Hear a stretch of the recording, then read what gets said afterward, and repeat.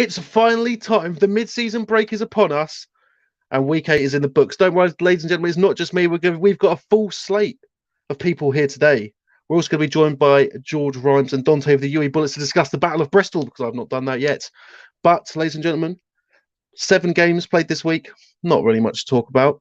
But with the people that I've brought in, there'll be lots to talk about, because none of them shut up. None of them. I'm about to remove them all because they don't shut up. So we're going to add them in now. Bringing back a classic from last year. We have SJ. We have Seb making his return. And then obviously we've got the stalwarts of the rundown this year, Dylan and Connor as well. How are we, gentlemen? Please all talk at once. Yeah, we're good, yeah. Yeah, we're fine. We're good. I said all talk at once. How are we, gentlemen? How has your seasons been? How has week 8 been? Shite. Lot of free time. Yeah, I feel you. Keep it light for the you know. Keep it light. I think Dylan, mate, what is that slurp? Jesus. Honestly, he doesn't remember this. But this is actually an audio podcast now as well. Yeah. I'm in dire need. It's freezing here. I was about to say, I think the lesson from week 8 is it was cold. It was cold. Yeah. It was cold. You can see that the game is ticking off on the screen now. So we're just going over what was actually played. 25 games were scheduled. 7 were played. Obviously, the Bullets beat the Pride at 44-0. Newcastle Raiders beat Stirling Clarendon at 52-0. That's it for the Prem. Nothing else. Div 1 didn't have a lot. Loughborough win their division with a walkover against Staffordshire, but Royal Holloway beat the Sussex Saxons 22-0 as well. Hull Sharks love it, as they told me in the comments, because I finally picked them this week. They pick up a 20-15 win over the Northumbria Mustangs. In Division 2, KCL have sealed their promotion fate by beating the Kingston Cougars. However, Kingston did put 14 points on them, which is the most points, or they are the only points KCL have conceded all season, 21-14 to the Regents. Derby Braves beating the DMU Lions 27-14. Apparently there was some DMU were waiting for, some DMU players were waiting for some Derby players outside the locker room. Strange. UCL, big win, 23-6 over City. Edinburgh Napier Knights get a walkover against UWS, and Sunderland are doing Sunderland things, giving up a walkover to the Teesside Cougars. There you go. That is it. Look at all of this. Look at all of the love for me. This is why it's my show, because Hull Sharks have won a game. Finally. No, to be fair, they did win one as well. But what have you got to do with that? And he picks one game and suddenly thinks he's Daddy Big Bollocks again. No, that's exactly right. Because Dylan had one beer, picks 2 games correctly, and suddenly he's like the most famous man in Britball. You know, so sometimes I get it. Sometimes I need some love as well. So, but it's lonely in Gloucester, isn't it? Yeah, you're just proving it. Nothing else happens. Mate, do you know how many social engagements I have to blow off to do this show? Fucking none, right? So don't come at me with it's loads of gossip. This is all I've got. It's all I've got. All right, it's all I've got. So sort of going into this week, as well, there are 2 big scores. Look at this, this quote's gone on my Tinder. Unbelievable stuff. Just can that be an episode? I want to see your Tinder now. I really want to see it. Oh no, there was already one. There was already a post. If you go through Sportank, that'll probably get you some views on Grindr as well. Oh, mate, honestly, I think my Grindr would pop off if I had one. Yeah, that is true. I think they must be. Yeah, because that division is something else. So this week, obviously, Hull beating Northumbria is a big one. They're obviously now second in their division. Jamie's going on a mad one. Jamie might have to come on a stream in the new year. That's what he sounds like. He sounds like he's ready for it. Don't us anymore. Also, ladies and gentlemen, after we have had an interview with the Bullets, we'll be doing our mid-season awards. Don't worry, people, you won't get any physical ones because these are the mid-season. It's not the actual full season awards. And don't expect anything either. Just be happy that you're there. What does that mean then? Are these the at least you tried awards? You might be a bit shouty. No. I'll explain it now. basically It's what commentator's it is. curse, and in the new year, we're going to look really stupid, and people are going to be fuming at us. Is effectively what we're doing. Hey, it's a fun night in with the lads. That's it. It's Great night in with the lads. I'm not getting on Jamie now. Do you not see we've got 5 people and we're about to have 2 more? So no, we're like Jamie. We'll have you on in the new year, but not now because it's already packed. Do you not? It's already stressed enough. I have to talk loud. Talk loud. So Midseason Awards is basically who we think is on track to actually win the awards come actual awards day when we all dress up in suits and pretend that what we say is important. But that's what we do every week. So out of Division 2, obviously we'll get into Bullets versus Pride later on. The 2 big games, as far as I'm concerned, obviously Hull beating Northumbria is a big one for them. Northumbria seems to be strangely on a downward slide. The division, I believe someone from Hull said, I think you should back us every week. Maybe not Leeds. Maybe not against Leeds. And that is, I think, fair enough. Who do you think's genuinely, that's got to be the most open, other than Leeds, the most open relegation battle so far? Because I actually don't know who's going to go down anymore. Well, that's it, because we're going to get into the relegations as we sort of go forward. Was that today? No, it's not today. Did you not hear what I just said? So, and another one is KCL locking up their division. Playing in the Kingston game, it was very cold. We're up 17-14 going to the third quarter. So we stuck to it and made it a match not forget. That's it. KCL are up there. Kingston nearly won it. One of their players nearly got a pick 6 in the final play of the game. But he fumbled it. Seb, you'll know the player who was at Brunel last year. God damn it, Steph! Oh no! Get called out. Oh. But yeah, so with that, we have 2 teams that have locked up their division. One in Division 2, which means KCL are being promoted next year, and Loughborough, which means that they will be having a home field match in the playoffs, and probably for the majority of the playoffs. Div 1 Borders is the best division because we just pretend that Leeds don't exist because they're well born. Is it one win separating what would effectively be like the playoff berth? And I thought Hull were last. Yeah, and then they won. Oh, that's how it works. Exactly. That's quite crazy. That is how it works. I also think the Emperors beating the City Wolfpack is a big result for the Emperors. If I'm honest, City were doing quite well. They seem to have come off their loss to KCL. A little bit worse for wear, losing to UCL. Going just quite well. That's UCL are massive, mate. Let's be honest. UCL are massive. Yeah, I've heard that actually. You know, the big turnaround for UCL is the fact that that one of our own is working there now. Oh yeah, ladies and gentlemen, we have to disclose that SJ works for UCL. The bias for that team now is swung in their favour. Yeah, I'm not involved. 3G. What? So looking at Borders 1, Hull Sharks are in second place, 2-2. Glasgow Uni Tigers 1-2-1. Northumbria 1-3-1, and Edinburgh Predators 1-3.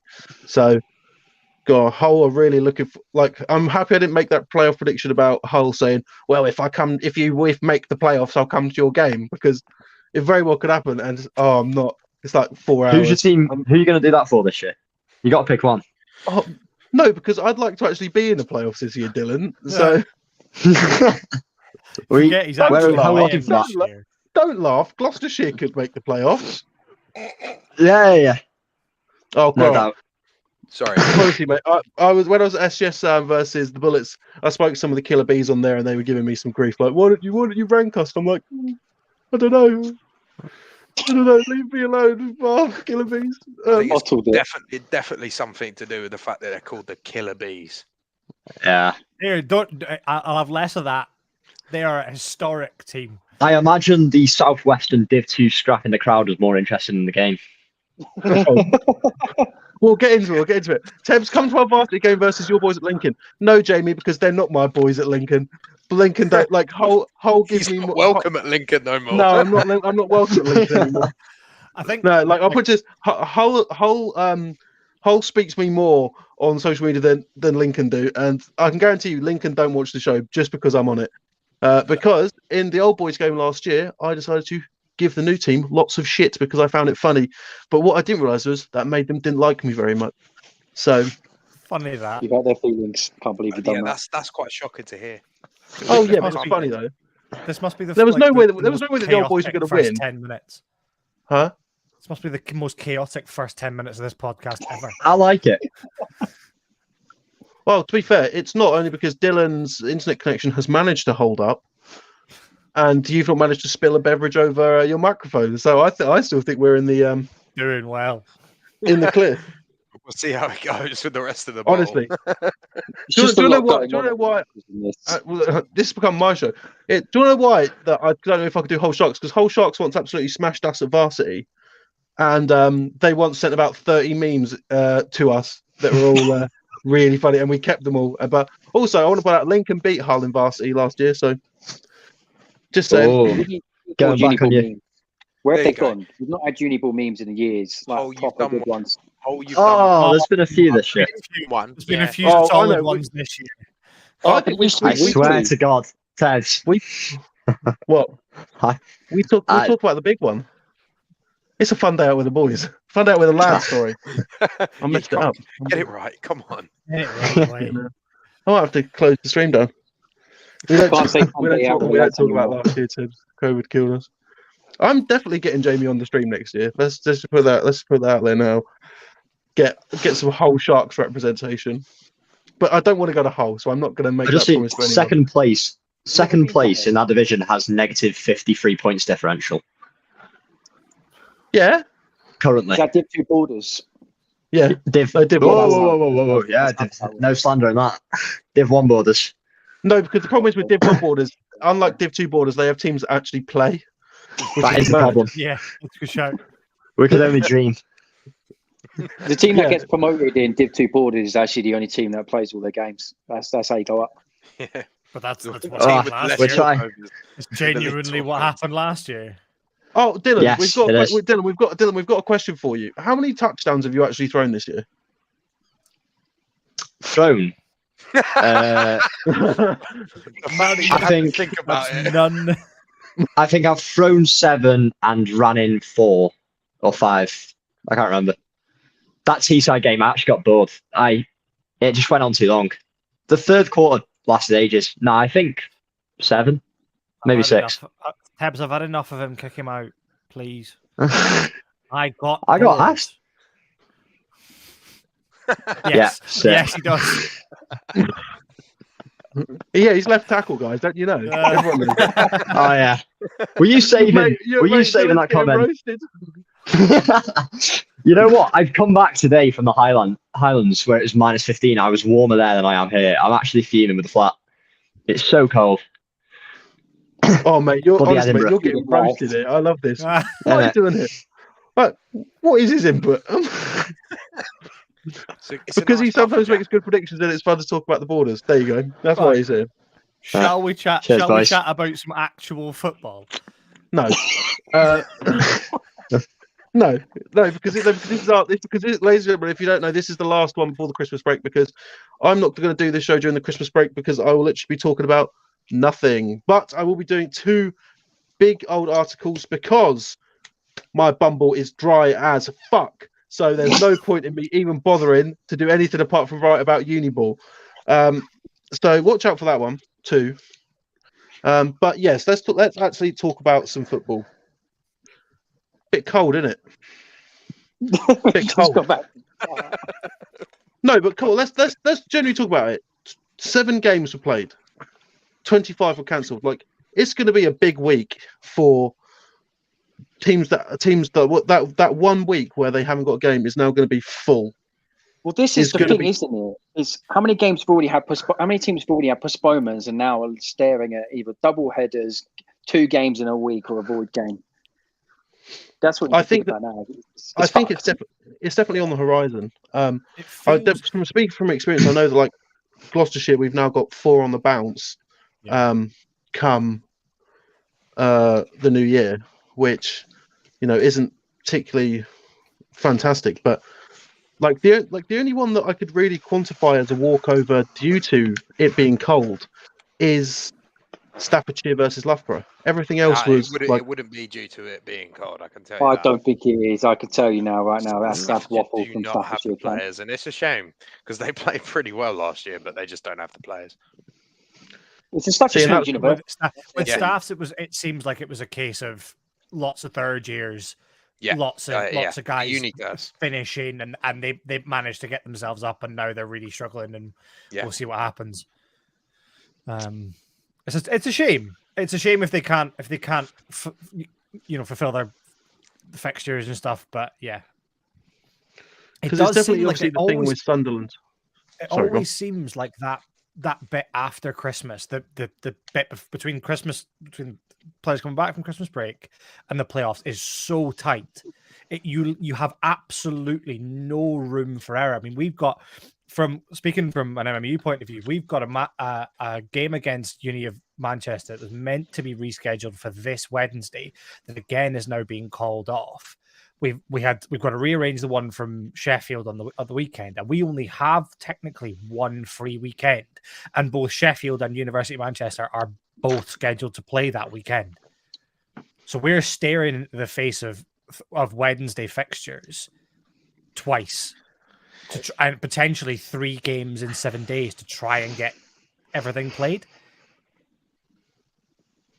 It just feels like it's very condensed. And it could so easily be spaced out a bit better. Yeah. Can you not look at double headers or? You're not allowed to anymore? For Really? safety, you're not allowed to. We tried it No, last I mean, year. what? So you can't even do, not like, when I say double headers, not like 2 games back to back, but like the one game counts as 2. One game counts as 2. Yeah, so that might have to be what happens, especially with the University of Manchester. That's the safest thing as well. That might be the safest thing. The problem is playing on Wednesday and Sundays, but then the problem is if you drop that one, you know. Yeah. But then also, the other situation is the voids that come through. They can also hurt you as well, They really can. That's the thing. And also the other flip side is if you're looking at staring down the barrel of a void fixture against a team, certainly if you're mid-table and you're against a team who's looking at pushing for promotion, and you end up having to push through a void fixture, you feel like a dickhead. Yeah. Because it's they're probably going to come in and going to roll you, but because it's a pure scheduling problems, it happened last year with Edinburgh and Glasgow. Yeah, we didn't get that final thing, and Glasgow went up, even though Napier were arguably a better side.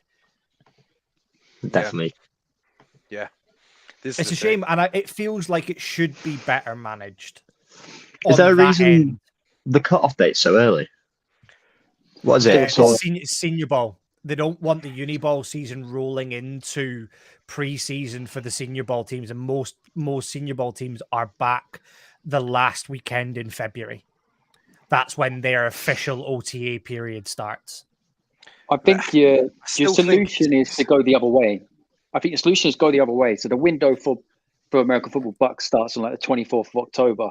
That should be when the official start is, but you should be allowed to be scheduling games maybe 2 or 3 weeks before. But then you've got guys who've never taken a snap. You've also got universities that start later. A prime example is Essex. Essex don't have their first training session until in October. Their freshest week is October. So yeah, we had 6 sessions. We had 6 sessions to get rookies ready. 2 of those have to be taken up by tackling and blocking to make sure guys are safe. So at that point, you've got 4 sessions to install an entire offense and an entire defense ready to take their first snaps in anger. That's not safe either. My thought process was more for those teams that have got a ready team to go at the start of October. For example, there's teams that have got huge rush. For example, if I said to you, let's do Brunel versus Loughborough on like the 4th of October, you probably could do it because both of them have got starters that know what they're doing. Yeah, but the thing is that doesn't implement across the whole of the Bucks league. You can't do that with the Div 2. You can't do that with the Div 1. Even in some cases, you probably couldn't do it for Prem. It has to go the opposite way. And as much as yes, senior is a big deal. first senior game isn't until fucking May or something like that. You know? Fuck that. Just push it back. And Manchester and Bristol had a 3-week break between their last regular season game and that playoff game that they played. Exactly. That seems nuts. There's wiggle room the other side. It's far less likely for senior ball My games giving me attitude. Give me 2 seconds. There's far less space or far less chance of the senior ball fixtures being moved due to like frost, potentially waterlogged pitches, but lots of teams might or do have access to 3G pitches. So it feels like it needs to get pushed that way. There needs to be 2 or 3 weeks grace period beyond that last game on Super Bowl Sunday that allows teams to commit and complete all of their fixtures. I think the problem is that end of term 2. Is the end of term 2 is the end of March, I think, for most unis. So yes, I think that's what stops it from expanding into term 3 as well. No, he's up for the McPlant. He's a McPlant, mate. That's an annoyingly good burn. Can't be annoyed at it. But with that, ladies and gentlemen, the frost is annoying. We get some more games in. It is finally time. Hold on, this is actually a really good insult. Sorry, I've just seen.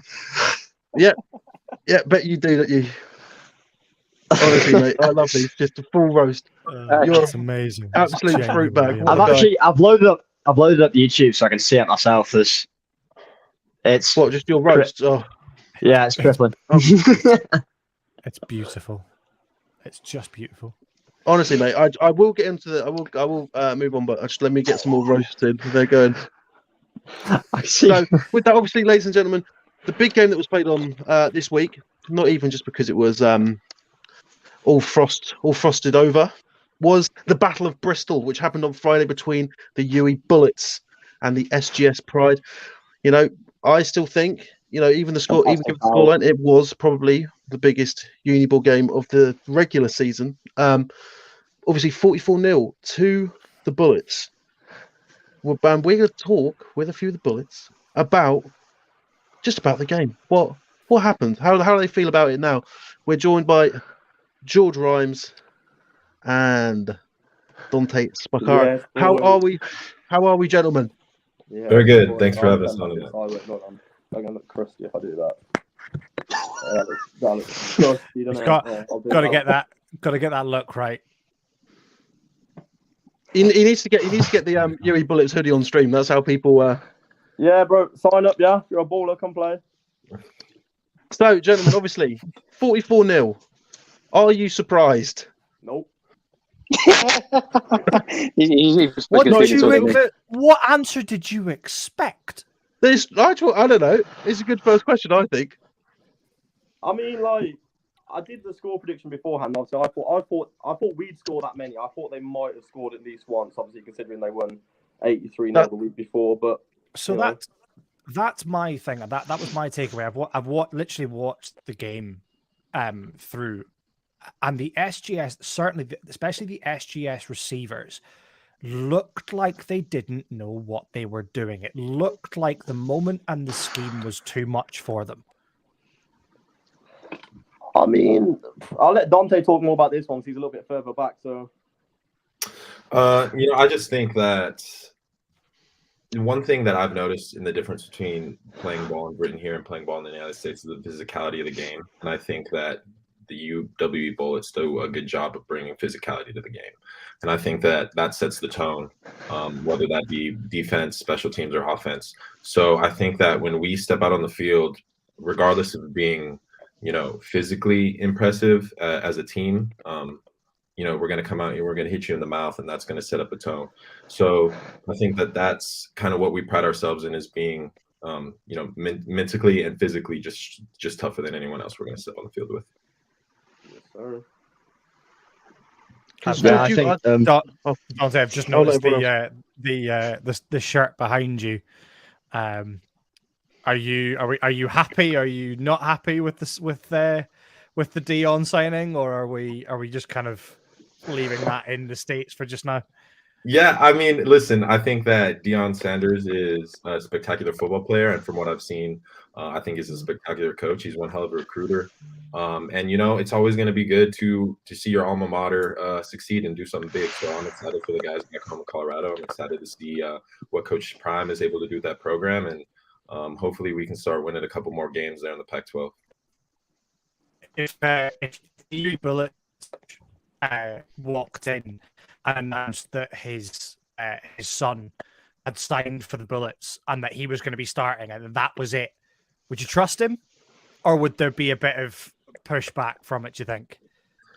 I think that I think that's a slippery slope there. I know the comment you're talking about, and I think that Coach Prime probably didn't address the media correctly in that situation. I think that there's obviously Shedeur Sanders is a spectacular athlete. He was a very highly recruited player coming out of high school, going to play at Jackson State. He impressed his freshman year. So with there being a quarterback issue at Colorado right now, I think that it's probably assumed that Shedeur Sanders is going to be the starter. But obviously when you're a new coach, I don't know if you can go in there, do your first press conference and say that you already have your starting quarterback picked out, especially if that's your son. It's going to be hard. Yeah, it's just going to. I think this is very off topic, but it's going to be hard for them to recruit any 5-star talents to go there at the minute, given the way that it's going to be. But to go back to the game, SGS kind of they bigged themselves up. I still kind of I'd picked them to win the whole thing this year purely because of the way they were doing, what they were doing, and what I saw. But were you surprised at the difference in level, given the fact that, like you say, the week before they put 83 on their opponents, and they kind of in terms of results, they were almost matching you, or not very far behind? I don't know. I'd say when it comes down to it, it's just how you play on the day, isn't it? I mean, we'd prepared specifically for them. We'd game planned for them. We'd watched a lot of film on them. But I feel like what they showed us was stuff they showed other teams. It wasn't specific to our scheme and how they thought they could beat our scheme. I mean, I don't think I'm wrong in saying I don't think they've come across many forefronts this season either. And I don't think they got the blocking they needed to. Too much pressure on the quarterback, and they just didn't. I don't think they played to play our team. I think they just played their scheme, which ultimately probably backfired. I think it's also kind of what Dante said as well. Like it doesn't matter who you are until you get hit in the mouth. And that's where you find out what kind of team you are. And I mean, I've said it from day one about SGS. I'm not gonna lie. You hit them in the mouth, they don't like it, and that's what the scoreline represents, and I'm here for it. I mean, to be fair, like they were staying chippy. I mean, the running back as well, I think it was number 23. Like he got hit hard a few times. He just bounced straight back up. So to be fair, you brought that one up. Of course, you brought that one up. Well, to be fair, and Dante, to be fair, but they're resilient. Like they kept bouncing back up and they kept fighting. But I think it was just someone's got to win, haven't they, at the end of the day. What do you think? Go on, please. Sorry, SJ. Just put in the reverse fixture. Do you think you're going to get the same result? Do you think it'll be the same again? Or are you going to try and make this exciting for me to watch you this time? I mean, it's always difficult to beat a team twice, and we're not going to underestimate anybody we go into a game with. Obviously, SGS is a talented program. They're a championship winning program, and not a lot of schools win championships regardless of the level you're at. So SGS, where respect is due, they're a quality program, and we're going to be prepared for our rematch in January for sure. Just to go back to it, the highlight, the highlight that's kind of being shared all around is the 50-odd yard pass. I don't know when it was. What's it like having a guy like that behind center running things? Is he someone you guys rally around? Is he a leader? Oh yeah, for sure. Hamish is a great guy. I mean, he rallies his offense every day. Like he always stays competitive. He makes sure everyone's switched on. He's got a great knowledge for the game. He's just a really great guy as well, to be fair, and obviously an absolute baller. So yeah, he's a pleasure to be around. Yeah, I think being on offense, he brings a calming presence to the huddle. It's great to have your quarterback be calm and collected because often in situations where you're in a tight game. You want to look to your quarterback as one of those guys to lead you there. And so when the quarterback can have a level head and be able to manage the game, it's something that as an offensive player, I really enjoy. And that's something that Hamish does very well. I think it's probably the longest brick ball pass I've seen in the flesh. It was in the air for a while. Yeah, he's a talented guy. He can definitely spin it. So I'm excited to he's on our side for sure. I don't think I took away from you bring in one of those dives, no. Dante, Just to follow on from that for the guys on defense for George, like do you think going up against a guy like that and an offense like you have, how is that? Do you think that's prepared you well for kind of the games you've had this year and then going into that game? It's not even like on top of them all being so talented, like that is one of the best offenses I've ever played with. Like obviously last year was great as well, but this year like it's a different tempo. I mean, even in training, it's not just how good they are, it's the speed we're moving at in training. Like, we're not resting in between downs, we're just going tempo. So having to go against that on the fly while thinking and everyone being so physical and talented, like it's just going to make people better. I mean, for example, Max Parkinson, who got MVP of the game, he's been playing football, I think he had one season before this, and obviously playing with all these guys he's playing up against in the scheme we're playing, and he's turned into such an unbelievable talent, and it's just, that proves it, if anything. That's what they always say, and that the hardest defense you go up against all years is your own. So yeah, that's what we try and preach as well. Yeah, I know your schemes from both sides. I guess you know each other's schemes. You know what each other's trying to achieve. So it's trying to push as hard as you can. Sure. How do you think you guys are looking for the rest of the season and playoffs? Because from watching it myself, like your line was just streets ahead, and I know I don't know if I'm seeing for the rest of them, but the leans are sort of for the rest of the Brit Ball as well. Like Div 2, the line, even Div 2, the line is sort of what wins games. Like surprisingly, you'd think everyone turns up wanting to play skill positions, but as you said earlier, we're sort of pressuring the quarterback, and then on the other side as well, making the gap in the running game was ridiculous. Dylan, anyone who's coached knows the offensive line is where it starts. Head of the arrow. Mate, if I was 2 inches taller and 20 kilos heavier, that's it. Maybe a few more inches. We're spectacular up front. I think that our trenches are definitely what sets the tone, both offensively and defensively. Kind of back to your question, looking forward, I don't know. I think that coming off 5 straight weeks of games, I think that our focus through this month off here is going to be get healthy. We had a couple guys who weren't even able to play on Friday, unfortunately. So I think this month we're going to get healthy. And then, again, the new year brings a new season. So we're going to start the season 0-0, and we're going to go out to UEA and take care of business. And when the playoffs come, we're going to be ready for sure. That's going to be a mud bowl game. Oh, Yeah, it is. Please don't wear your white jerseys, please. That laundry bill would be ridiculous. If you wear those. Yeah, let's hope we wear black, right? Yeah. I don't think there's a blade of grass on that field.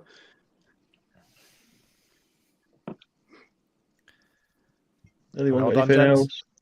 No, I'm not. I'm just waiting for you guys because I'm a good host. This would be interesting, actually. This is for Dante.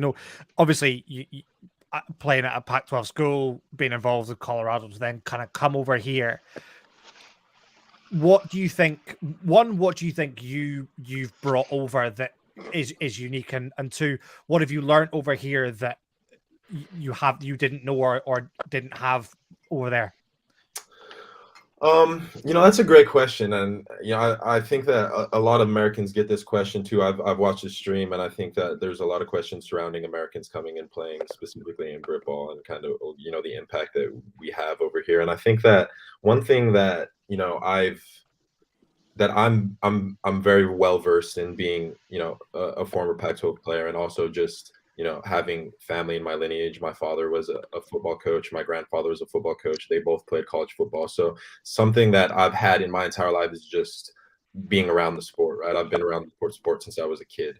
And so I think that you just pick up things playing the sport that long that, some things you just get from experience. from being on the field longer than everyone. And I think that that's something that I pride myself in, is my football IQ and my football knowledge and my ability to bring my knowledge that I garnered in the United States out to England and to help guys who might be newer to the sport kind of, find a love for the game. Because again, I think that the expansion of American football is, something that we're all looking forward to. I think it's an amazing sport. It's personally granted me, a lot of opportunities that I would not rather have or not been given outside of playing football, and so I think that it's important to continue to foster the love of the sport, especially in foreign countries. And so that's kind of what I bring out here. And again, I think that I had a coach tell me my sophomore year at Colorado that you can learn something from anyone that teaches you, right? And so coming over here, you just need to have a positive mindset and believe that the guys over here, just because they're not Americans, don't know what they're talking about. And I think that our coaching staff is a very well-versed group of individuals. I think they're talented as football players. I think they're talented football coaches, and I think that they've got a lot of knowledge to share as well from their experiences playing, whether that's the German Pro League or here in Europe. They've got a lot of experience as well that we can learn from. So as far as also, like, in terms of the game, like, I think we've covered everything. But I've got two other questions. One of them is a very bullet specific one. Is that are you guys really just playing to win the championships, or are you just after those post match brownies that Frankie he said, "Oh, do you want one?" I would, yeah. Honestly, I mean this. I said, but I look directly to the camera. That's the best brownie I've ever had in my entire life. I can see why the Bullets play for him now. Honestly, it's made me want to just put on about 100 pounds of lean muscle and then just get a scholarship to the Bullets somehow. I'll go and do another degree. I'm not going to say that they're something we think about before the game, but they're definitely in the back of our minds. For sure. You said I saw the cheer from the Bullets when that tub popped open. It was almost as loud as like when he never scored a touchdown. That's actually another question I had. Like, one thing I was surprised about from the Bullets sideline, I guess it could just be because Bullets are very much all business. Very little celebrations from the sideline when you score a touchdown. Is that just because you just score so many that it's just commonplace now? There used to be a great quote from Balotelli, which was, "The postman doesn't cheer when he delivers the post." It's what we're supposed to Yeah. do. We're doing our job. Yeah. Celebrations can come afterwards. Exactly. You haven't won the game yet. Do you know what I mean? It's got to be finished. Cheer afterwards. Yeah, I mean, I'm just trying to limit personal fouls. Really, is what I'm trying to do. I would say, how's that? That must have been a big one. We had back when I was coaching at York, we had an American guy come over. And it was our varsity game. The first 3 snaps, we lined him up at defensive end, and he gets sack first snap, sack on the quarterback, and all he does is he get up and he flexes. That's it, flag straight away. Unsportsmanlike conduct, 15 yards. Second play happens, crap run. Third play, he does the same thing, and that's him. He's ejected. Yeah. Has that been a kind of with the way that the rules and things are implemented over here? Has that been a bit of an adjustment for you, or have you kind of got to grips with it relatively quickly? Because I know we follow college rules relatively closely, but not to the letter. Yeah, it's been a little bit of adjustment. I think that they might emphasize different rules in England as opposed to the United States. Especially when it comes to uniform requirements and things of that nature. But that's part of the game, right? Officiating is going to be officiating, and whether it's good or bad or not, you're going to have to deal with it, and that's just going to be a part of the game. So I guess that's one of the hardest things, the officiating. Noticing the smirks when he said that from every single one of us. There it is. Yeah. There it is. There you go. There's an unnecessary roughness. Blocked too hard. Exactly.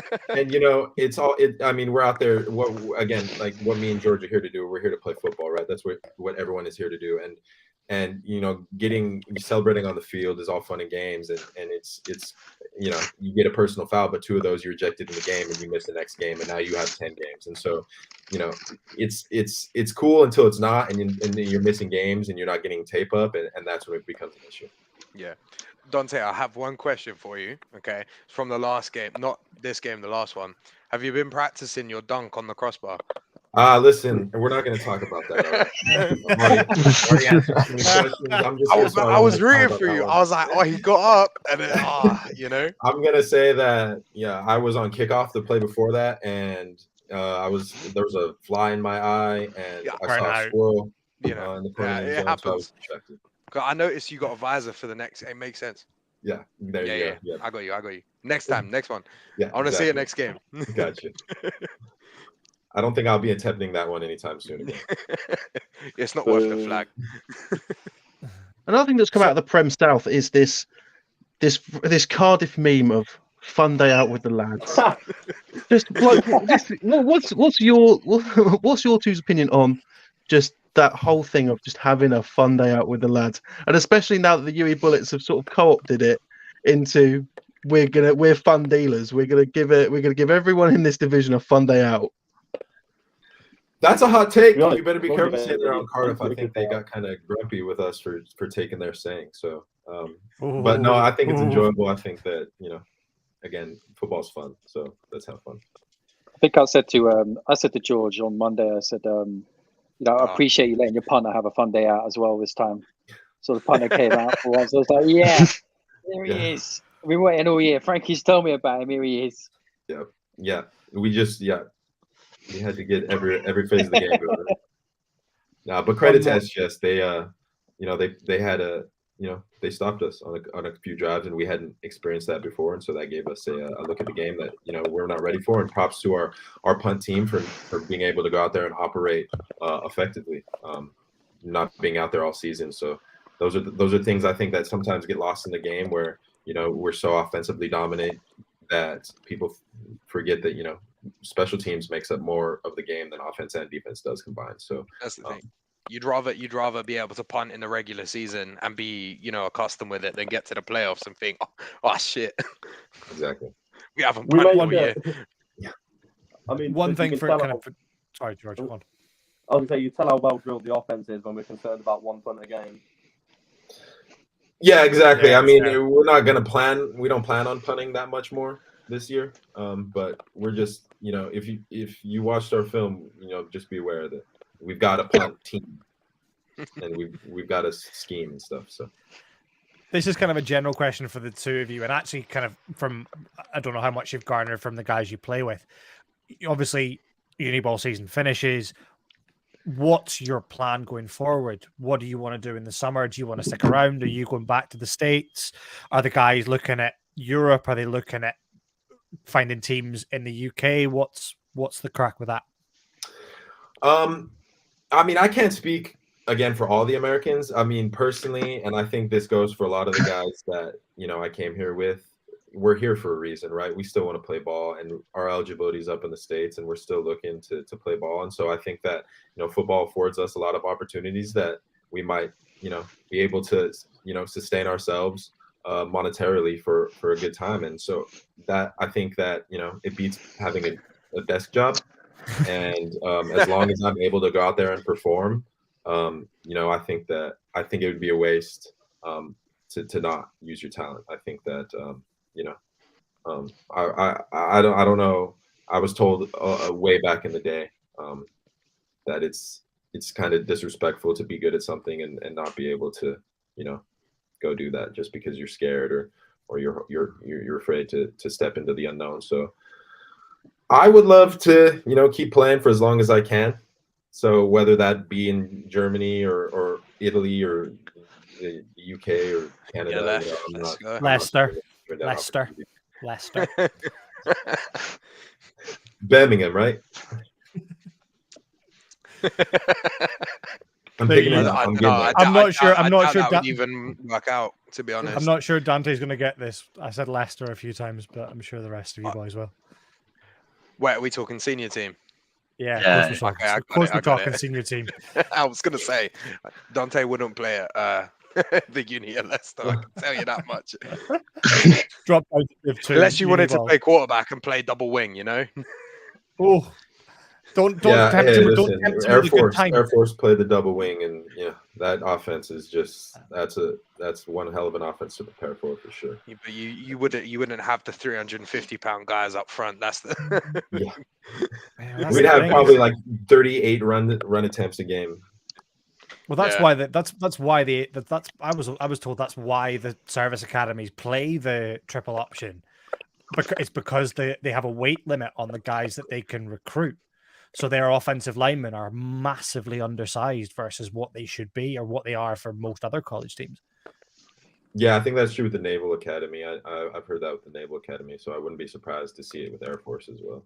Because the Army have moved away from the triple a bit, but Navy and Air Force still run it into the ground.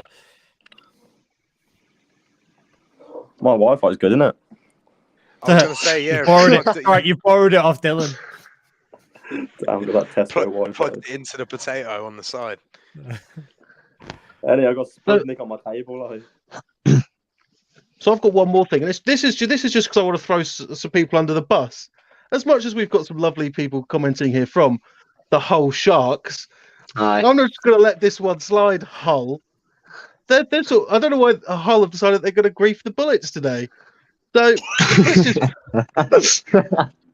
let's just go and find some of these. Let's go and find some of these. I saw one that said the Hull Sharks don't want to embarrass the Bullets. Interesting. Oh, behave yourselves. What? Behave. Dante and George, what are your thoughts on the Hull Sharks?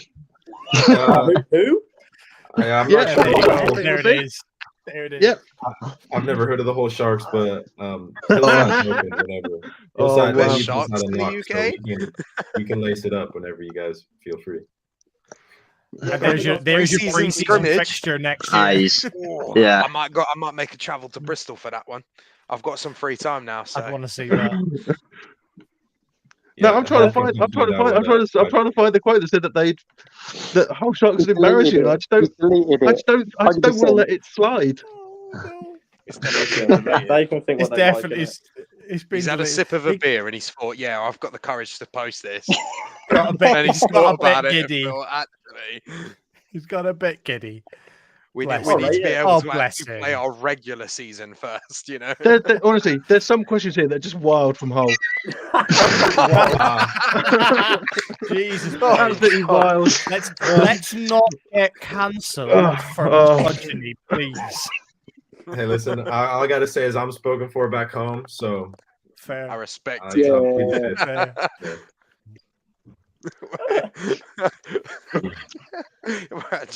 Jamie's on one tonight. Honestly, Yeah. he really is. He needs a timeout. Let's Yeah, be he honest. does, He needs a he bit does, of a he- timeout. Yeah, he does. I back it. I think it's the most common interaction I have ever seen. Honestly, he's going mad out here. He's going absolutely Oh mad. Aye. no. USA. This is an interesting, and this is a genuine question for George.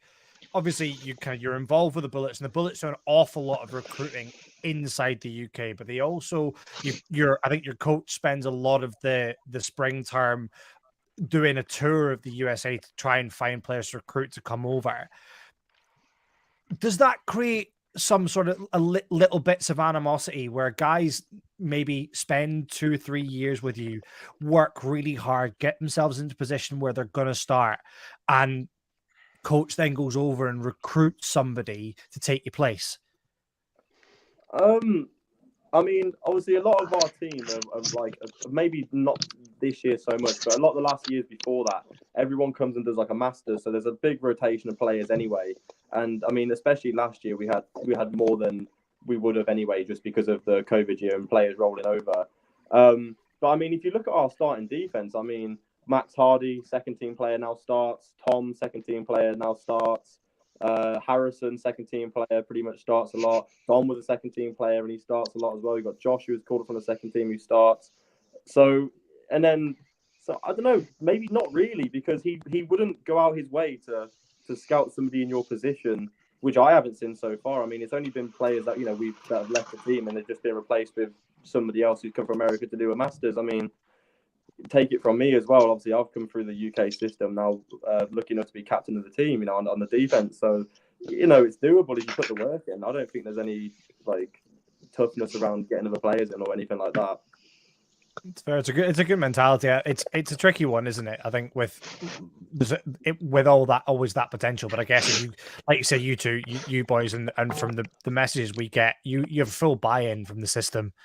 And I'm just trying to read this comment while I'm trying to make a point, and it's not going very well because it's just completely derailed my train of thought. So let's read it out because it's just completely fucked me over. So cheers, Tibbs.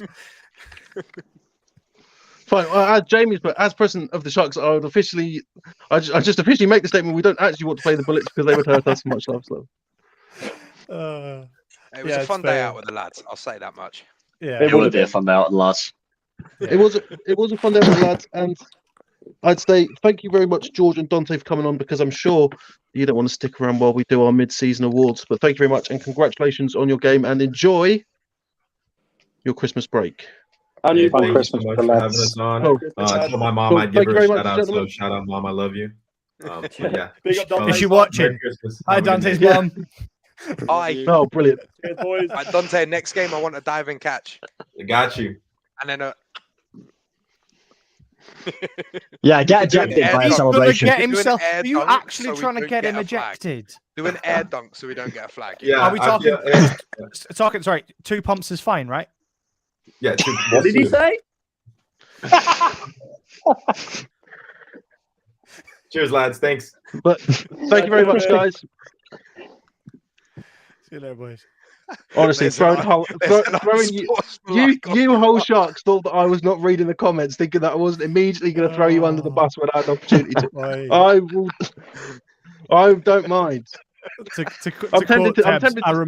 I remember my first beer. I was going to say that, but I was like, you know. Jamie, what was your first beer? What did you just have? Definitely had a K cider, I can tell you that much. Mine was a Budweiser.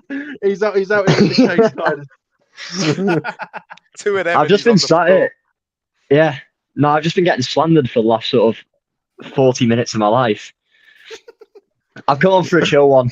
I was in a mood pre-show, and then I've just been sat here watching. I'm fairly certain that Dante's dad is in the chat, and because someone said something about his dad. I think his dad's just piped in, told him to shut up. Outstanding. Outstanding. But we're going to move on to our next segment because unfortunately SJ does have to leave at 9. Why do you have to leave at 9, SJ? You plug it. I'm talking with the Surrey Stingers over on X's and O's, bucking around. There you go, and that starts at 9. Though unfortunately, because that went a bit long, well, I mean, I'm selfish, so I want you to stay here. So, if you get it done in 10 minutes, I can stretch it. Huh? Sorry. Why do I need to see that? Sorry, I don't guys. ever need to see that ever again. Sorry, they were just talking about Dylan's dead trim. Aye. That could be the comment section off of it. Dylan needs a burger. Oh, skinny slander. He needs a burger. Can you get if you're trying to make SJ leave, you're doing a good job. We're gonna get bench press. So we're going to get into it. You remember, these are the mid-season. Well, this is who we think is on track to win our awards when we do them at the end of the season. We're going to start with the Premiership Team of the Year. This one is not coming. Yeah, it's not much surprise for me. I've got the UE Bullets dominating once again. I mean, Leeds. I have a different team purely because I had the UE Bullets as my overall. So I have Leeds Beckett as my kind of Prem team. That's my defensive coach. Bullying. This is now bullying, all right? But it's bullying from his coach, so it's okay. Yeah, that's a good point. Actually, that is how that works. I'd put Leeds. Leeds are definitely after the Bullets. I believe the Leeds are the best team. I'm going Cardiff. Cardiff have embraced the spirit of Brit Ball like no other team this year. Dylan, It's true. You're already calling for your head off the stream. Yeah. Nah, for the day out with the lads, You know what, Dylan? Next game, just throw 2 picks right back to back. for the fun of it. Do it for banter. Next award, Next award. Okay. Yeah, it's the Division 1 Team of the Year. For me personally, I've got Leeds. I do love the story of the Leeds Griffins. What? I can't argue I'm not with having it at all. Shiver me timbers. Mate, just ruining it last year against the Prem, and then just absolutely smashing the Division 1 this year. You know what? I'd either say Bournemouth or Kent Falcons. That's the 2 that I would say. But why? No.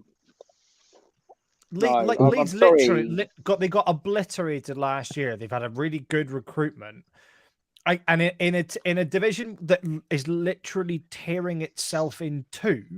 Yeah. They've managed to rise above it. They are putting 30, 40, 50 on teams week in, week out. Show me another team that's doing that. Loughborough. That's not me being biased. I'd say Loughborough. Loughborough beat NTU 14-7. Yeah, pipe down.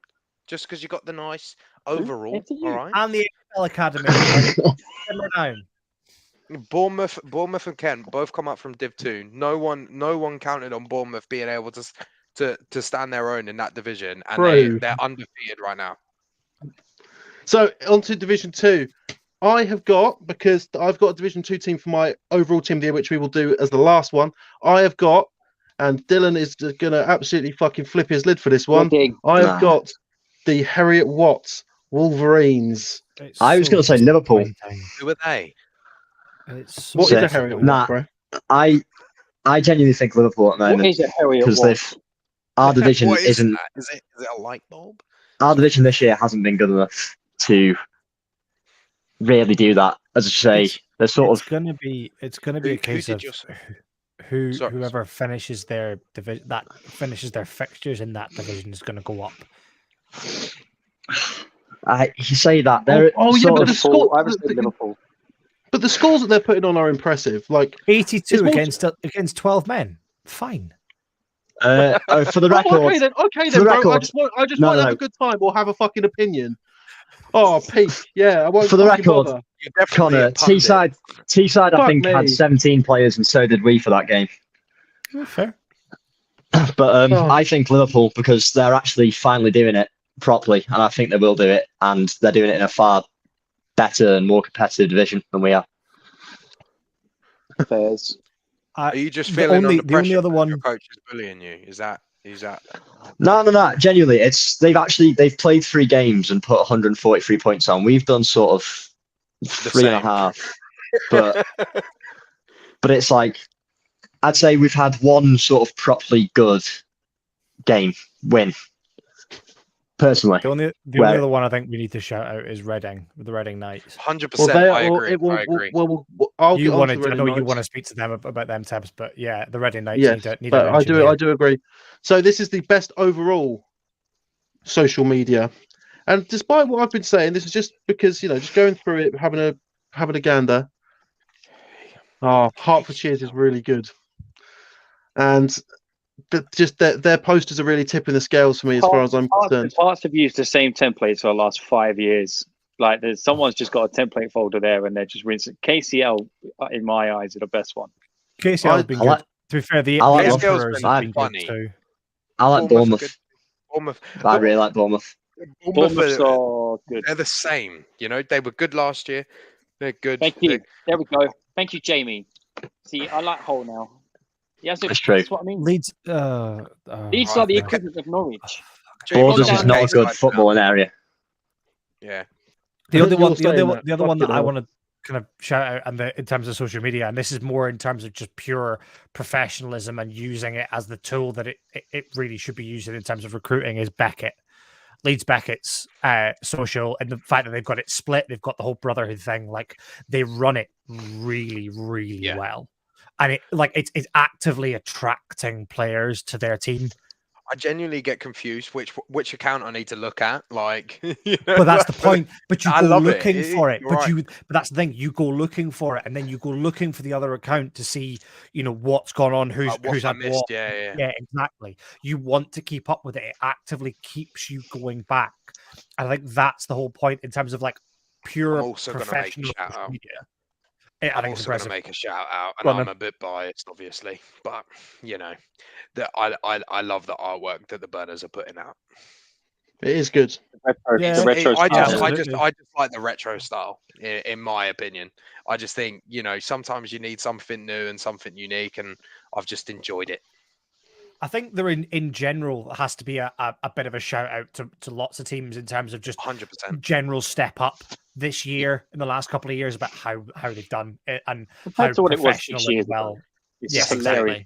exactly. It's good to see that kind of growth, like across all kind of levels, and I think it also kind of highlights, how if you look, like for your example, you got Leeds Beckett, like the way.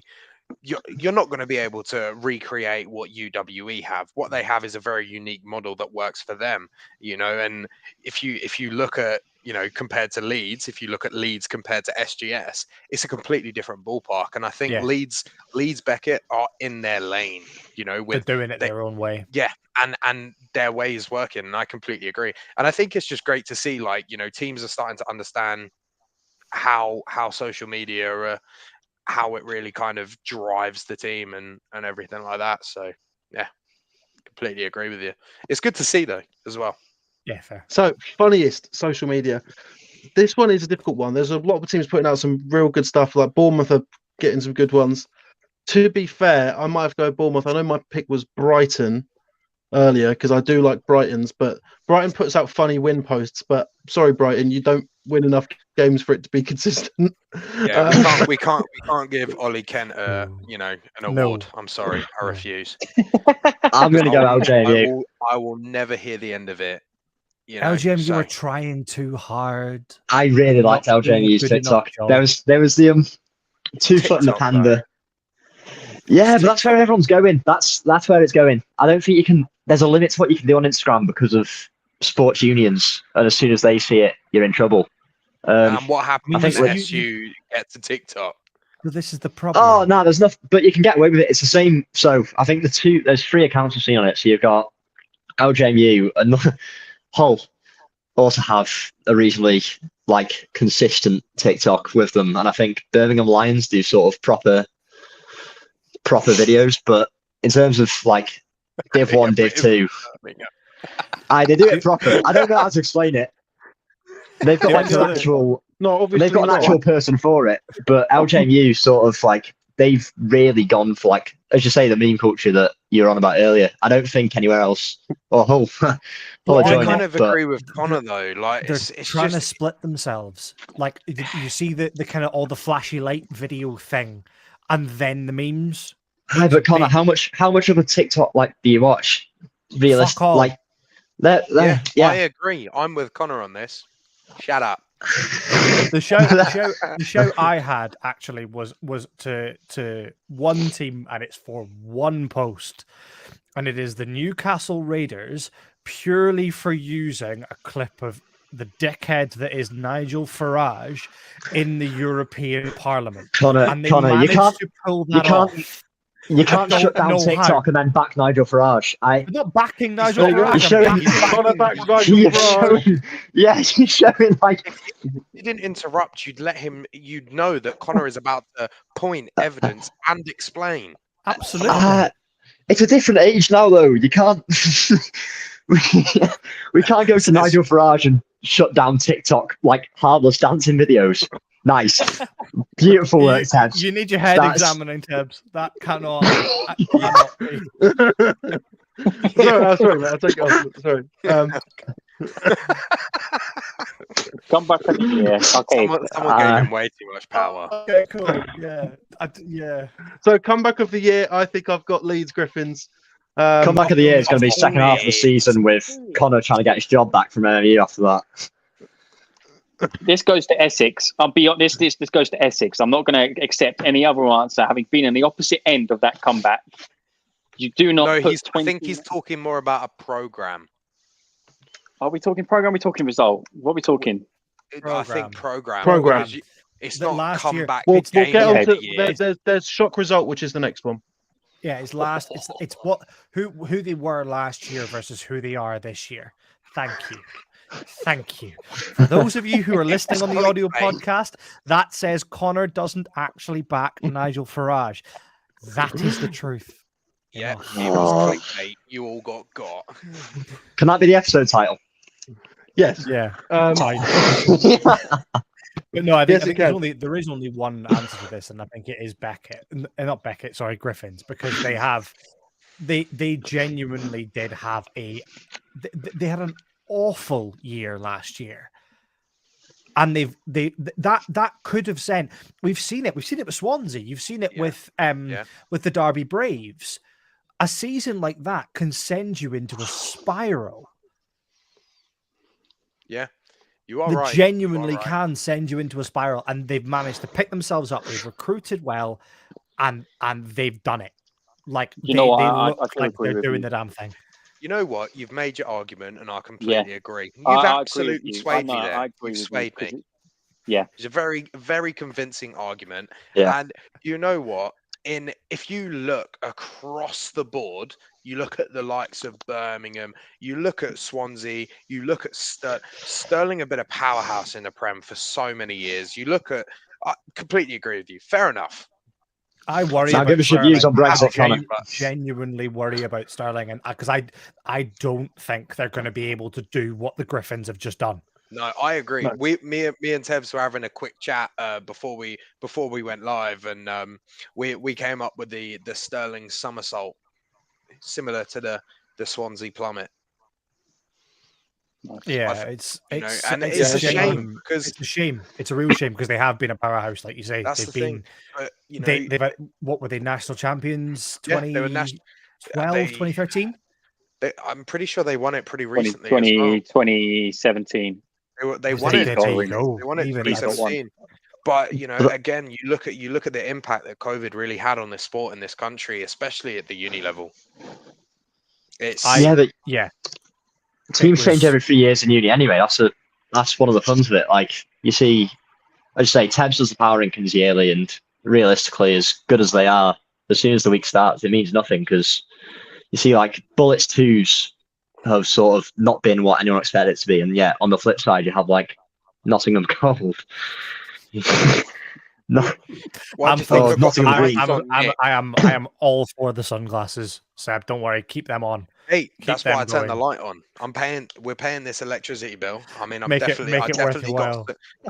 Don't worry. My fiance bullied me for having them on, so it's all right. On that point, I think you're right. I think COVID did decimate, but I think the thing that it did as well for Sterling is it decimated their financial power. Yeah. You look at the fact that the SU made the decision to pay a fine. Yeah. Instead of last time you were on, we had this conversation. Yeah. When that is a genuine option, I think we have as a Britball community and as BAFA, you've failed the sport and you've failed a very good program. Yeah, completely agree. Okay, shock result of the year. Don't worry, Connor. We'll talk about it after. Yes. Sorry, I like talking like. It's more so that I'm aware that SJ is on a time constraint. I'm not just trying to be rude. Sorry, shock result of the year. I still don't know. Essex beating Brunel. I've been swayed. I'm sorry. I mean, it shouldn't have happened. When we were chatting about this before, Tebs, you had Harriet Watt beating Teesside, but I think that was more the actual score line than the result. Yeah, I think that's about the case. But like realistically thinking about it, Essex versus beating Brunel is not one that I really could see happening. Well, do you know what it was? 21-0 up, never lost. For us to concede 30 points, we've never conceded 30 points. The last time we conceded 30 points was against Portsmouth back in 2015. 2015. Yeah, fair. Lindsay. Yeah. And actually just kind of spectating it as well, like the thing is, like Essex was struggling in that first half. and they they turned it around. Like they made adjustments. They called some of the same plays. Like they earned their way back into that game, and once they kind of found their drive and they found that momentum, they did the job. They did what they needed to do, and it was a rough and gritty game, and some things didn't go the right way, and certain things happened, but fair play to them. Yeah, fair. My shout for this actually came this weekend, and it was UCL beating City. Fair. That's a big Bulls Napier. result. Genuinely big result. Fair. Yeah. For me, this one. Team of the year. Bournemouth, it has to be. Bournemouth. I have got Reading Knights, just because I really didn't think that anything would sort of happen for them. Rob's made me very aware of how wrong I was. Obviously, last year it was not good for them. They got relegated. I really didn't think anything would happen with them, and now they're I think they're one win away from promotion. Yeah. And as far as I'm concerned, for me it's Reading, and I'm sure that I'm just they'll love it. I'm gonna take my hat off to him, and I'm gonna, we got the comb over, all right. So don't judge it. Hat, I'm gonna put it back on. It's pretty bad, right? Like it's not. SJ hasn't seen a hairline that healthy. I've not seen that. But massive shout out to Rob. He's gone in there with a plan, and I can't say it enough. I mean, he's a lovely bloke as well, but to be able to do that, to do what he's done to that program in one off season is just an absolute. I mean, obviously it goes to the players and the coaches that he's brought in, but to be brand new to a program at the start of the off season, to then come in and do what he's done, absolutely just incredible. And I think a shout out definitely has to go to Bournemouth. I mean, me and Tebs have had many conversations about it, and it's how far will that program kind of get you, like in terms of the offensive scheme. But another shout out to Steve Rains, and he knows how to coach it, and it's you saw that with Solent this year in the Prem.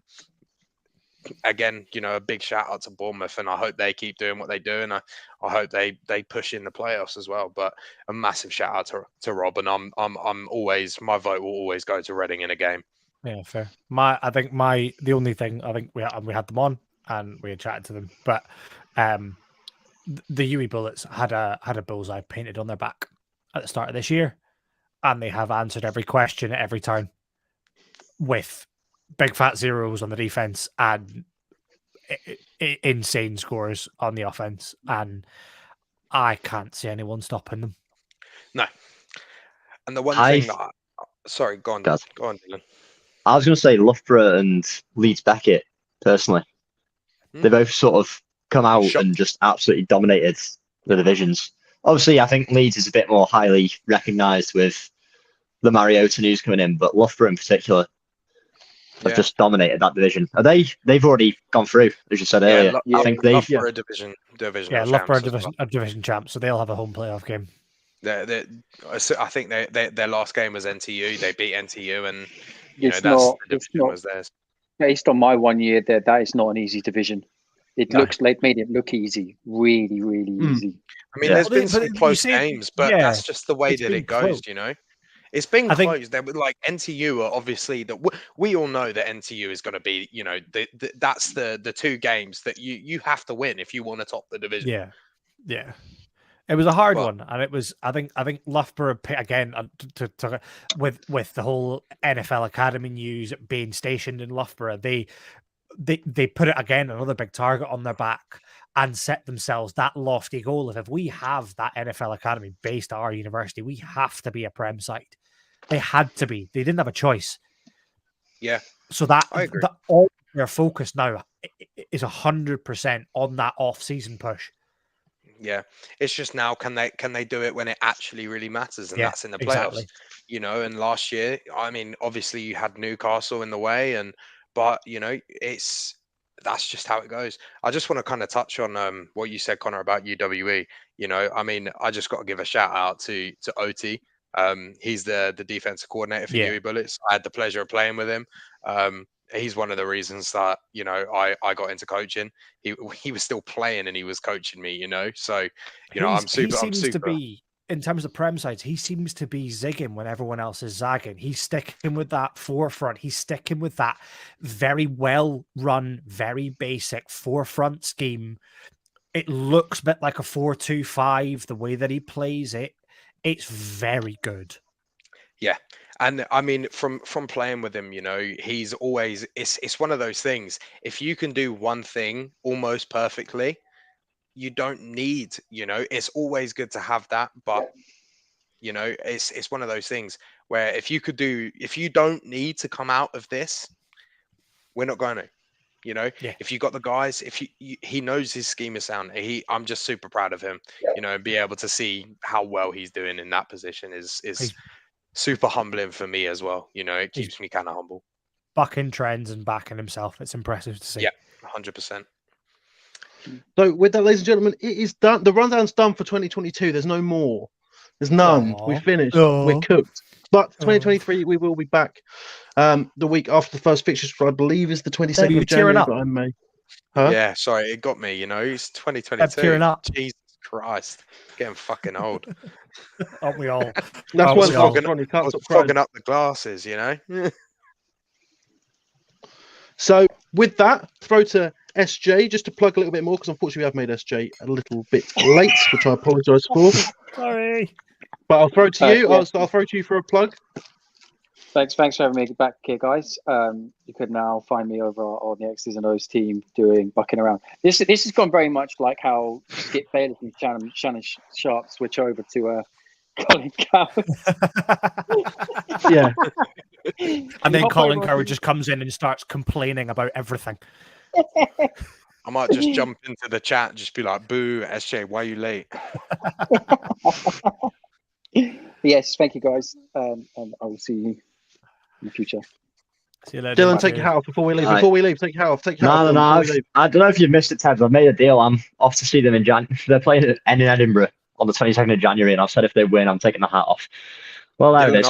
If not, if you do yours. You've done yours. You've come on, mate. made that mistake already. No. I've made a deal with them in the comments. I've made a deal with the comments. I'm going to see them in January. Mate. If they beat the Predators, hat's coming off. I'll tell you what, Dylan. You do it if Tebs does it. Oh yeah, but people don't know what my hair looks still, like. Mate. It's not that. Oh, there it is. Oh, it's so bad. Oh, it's so bad.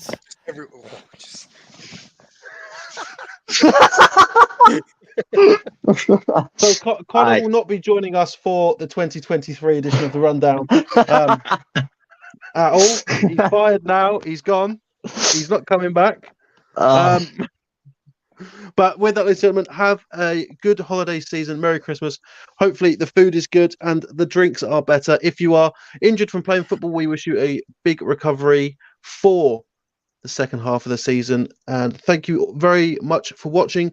Do look out on Sportank for the 2 articles I'll be posting, a mid-season report, and then also basically looking at what I have got wrong from my big old post that I did earlier in the year. But yeah, thank you very much, everyone. Say goodbye. I'll let Connor come in and say goodbye and say Merry Christmas. We'll see you in the new year, boys. Right. Take care, guys. Have a good goodbye, Christmas. everyone. Thank you very much for watching.